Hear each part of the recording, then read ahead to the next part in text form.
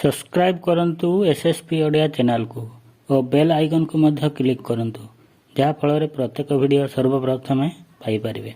हाय friends, SSP Odia channel को आपन को स्वागत।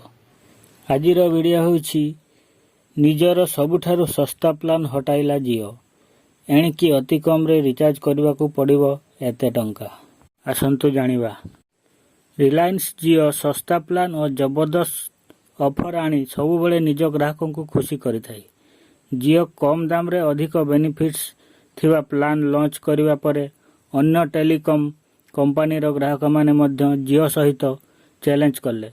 जियो सबुबले निज प्लान रे किछि परिवर्तन आनी थाई।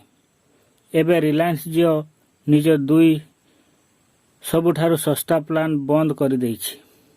प्लान 39 एवं 69 टंका। एही दुई प्लान एबे जियो रो वेबसाइट रु गायब हो जाइछि। एही दुई प्लान रु ग्राहकों को बहुत सुविधा मिलुथला, एबे कंपनी एहाकू बंद कर देइछि। 39 टंकिया प्लान रे यूजर्स को 14 दिन रो वैधता सहित प्रतिदिन 100 MB डाटा मिलुथला। कोनोसी भी नेटवर्क रे अनलिमिटेड कॉलिंग रो मध्य सुविधा मिलुथला। एही प्लान रे समुदाय 1.4 GB डाटा मिलुथला। प्लान रे एहा व्यतीत जियो एप्स रो सब्सक्रिप्शन मध्य मिलुथला।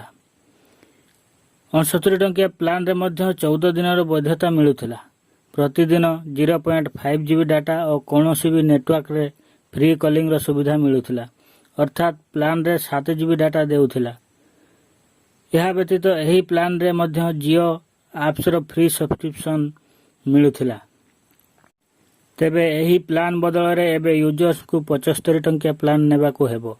एथिरे 28 दिन रो वैधता सहित 100 MB डाटा एवं अनलिमिटेड कॉलिंग रो सुविधा पाई परिबे ग्राहक। एथिरे मध्य जियो एप्स रो फ्री सब्सक्रिप्शन मिलिबो।